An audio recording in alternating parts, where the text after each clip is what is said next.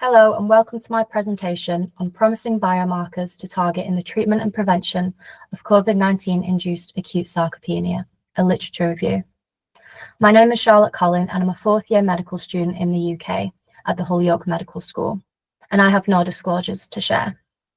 In the next 15 minutes, I'll go through what the current research is already out there, my methods and results, a discussion on my findings, and the applications for future practice, and then I'll summarise. COVID-19 induced sarcopenia is defined as a decrease in muscle mass and quality within 6 months of the initial SARS-CoV-2 infection. Research has found that up to 48% of COVID-19 patients are at risk of developing sarcopenia. It's known that the presence of sarcopenia worsens patient outcomes in critically ill patients, suggesting that there's a demand for research in this area to improve patient outcomes in these critically unwell COVID-19 patients. There's good evidence out there about how the COVID infection can cause sarcopenia in terms of its pathophysiology, which includes the biomarkers. And no review or article currently exists that focuses on using these biomarkers to treat the COVID-induced acute sarcopenia. As you can see, when the keywords COVID, sarcopenia, and biomarkers are put into PubMed, no articles exist which exclusively have these words in the title. This is a gap that I aimed to fill. My methodology included using PubMed to search the keywords COVID, sarcopenia, and biomarker that were present in the title or the abstract. I included clinical trials, randomized clinical trials, cohort studies, case control studies, reviews, and books to date. 43 articles were found. 4 were excluded and 39 were used in the final review.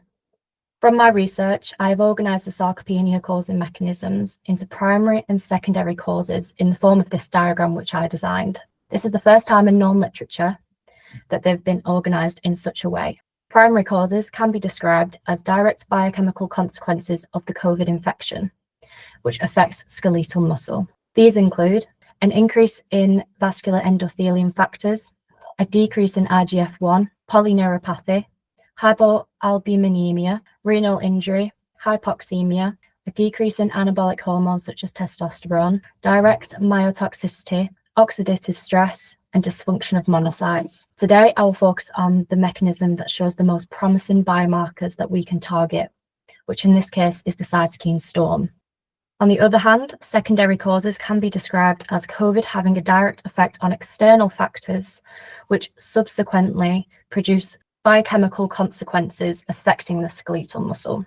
These include lockdown restrictions, which may cause malnutrition and a decrease in sun exposure, and therefore vitamin D, COVID-19 treatments such as steroids, a lack of sleep, increased stress and immobilization, which may cause a decrease in mTOR1, anabolic hormones and insulin sensitivity. And today I will speak about the secondary factor that again has the most promising biomarkers that we can target, which are the effects of the lockdown restrictions. And of course, existing risk factors may exacerbate the risk of developing this, such as old age, obesity, chronic illness, frailty, cancer, nutrient deficiencies, and metabolic dysfunction. The cytokine storm is an example of a primary cause. It refers to the increased levels of pro-inflammatory cytokines such as IFN-alpha, CRP, MCP1, and interleukins 6, 12, 17, 18, and 33, observed in patients with severe COVID-19. This term is referred to in many articles, so it's a widely accepted principal mechanism in which COVID can cause acute sarcopenia. A meta-analysis of 7 COVID-19 studies found that the mean serum IL-6 was 57 among severely ill COVID-19 patients and 17 among non-severe patients. Furthermore, higher interleukin-6 levels upon admission were associated with a higher mortality. The present practices to manage the cytokine storm triggered by this infection is mainly focused on kinase inhibitors that suppress signal pathways involved in inflammation, such as JAK inhibitors, Bruton's tyrosine kinase inhibitors, or widespread immunosuppressants like corticosteroids.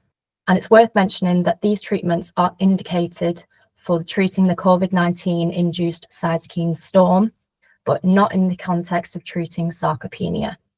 Vitamin D deficiency during lockdown is an example of a secondary cause of acute sarcopenia.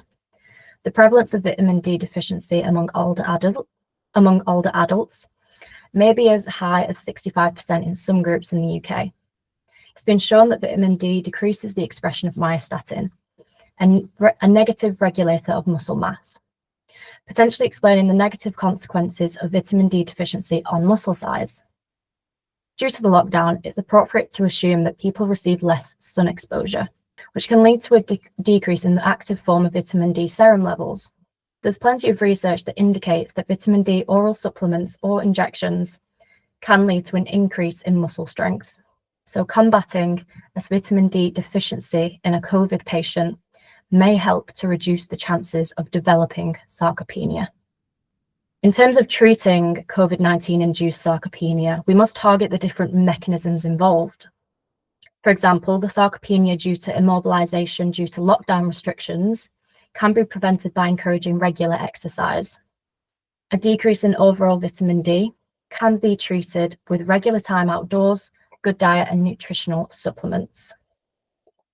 The cytokine storm may be treated with interleukin-6 inhibitors, and the decrease in IGF-1 may be treated with IGF-1 supplementation. So, in summary, COVID-19 induced acute sarcopenia has many mechanisms involved in its pathophysiology, all of which are heavily influenced by the patient's predisposing factors. The cytokine storm can be concluded to be the main mechanism involved, and it should be a person-centered approach to the sarcopenia treatment, and more research is required in human models for future application. Thank you for listening. Are there any questions?